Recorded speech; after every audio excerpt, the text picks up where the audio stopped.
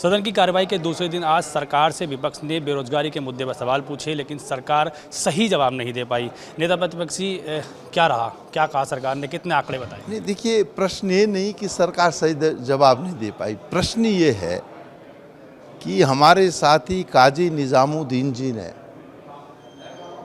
बेरोजगारी के परिप्रेक्ष्य में एक प्रश्न जो है सदन के अंदर उठाया, जिस प्रश्न के उत्तर में मंत्री जी ने कहा कि हमने आतिथि तक 7 लाख लोगों को रोजगार दिया है।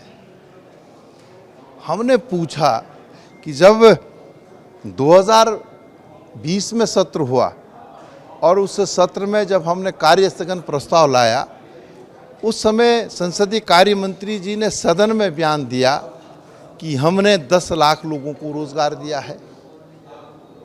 और उसके बाद हमने 2021 में फिर कार्य स्थगन प्रस्ताव बेरोजगारी को लेकर के लाया। उस समय संसदीय कार्य मंत्री कहते कि हमने 7 लाख लोगों को रोजगार दिया, और आज काजी निजामुद्दीन जी के प्रश्न पर भी सरकार कहती है हमने 7 लाख लोगों को रोजगार दिया है। तो हम ये जानना चाहते हैं कि बताइए सरकार वास्तविकता क्या है, सच्चाई क्या है।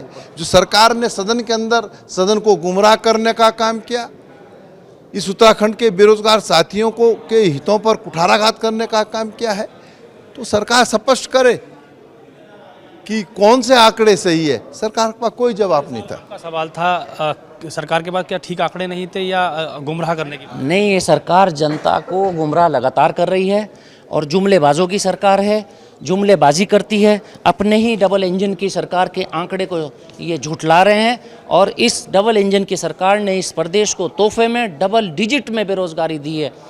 ये चाहते हैं कि इंजीनियर्स, डॉक्टर्स और ग्रेजुएट्स, पोस्ट ग्रेजुएट्स को ई रिक्शा चलवाने की बात करते हैं, पकौड़े तलवाने की बात करते हैं, और ये क्या क्या योजनाएं बता रहे हैं। उन योजनाओं को सुनकर कोई काम कम या ज़्यादा नहीं, लेकिन क्या किसी इंजीनियर से, किसी पढ़े लिखे ग्रेजुएट, पोस्ट ग्रेजुएट से आप क्या उम्मीद करते हैं कि वो अपनी योग्यता से कम के काम को करे?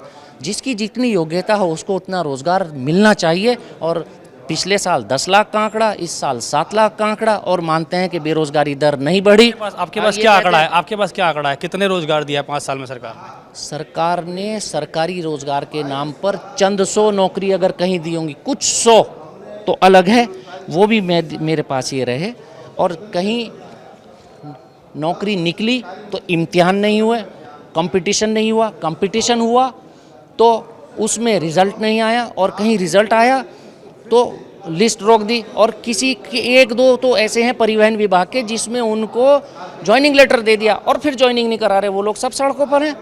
तो ये ऐसी नाकारा सरकार ना देखी ना देखेगा। तो बकआउट कर दिया है, अब क्या रहेगा आगे का? क्या हम पहले तो अभी श्रम मंत्री जी के खिलाफ विशेषाधिकार हनन का नोटिस लेकर आएंगे। उन्होंने सदन को गुमराह करने का काम किया, और इसके बाद हम लोग लगातार अपनी बात को, जनता की आवाज़ को, जो हमें जिम्मेदारी विपक्ष के रूप में मिली है, हम सजग प्रहरी के रूप में अपनी आवाज़ को लगातार उठाने का काम करते रहेंगे। काजी निजामुद्दीन जी कांग्रेस विधायक, जिनका साफ तौर पर कहना है कि सरकार की ओर से जो रोजगार को लेकर आंकड़े रखे गए हैं, उनके आंकड़े जो उनके पास आंकड़े हैं उससे मैच नहीं करते, इसलिए सरकार के पास सही आंकड़े नहीं है। सदन के भीतर सरकार सही आंकड़े पेश करे, तब सदन की कार्रवाई में विपक्ष हिस्सा लेगा। देहरादून से अपने सहयोगी मनोहर रावत के साथ पंकज राणा, एबीपी गंगा।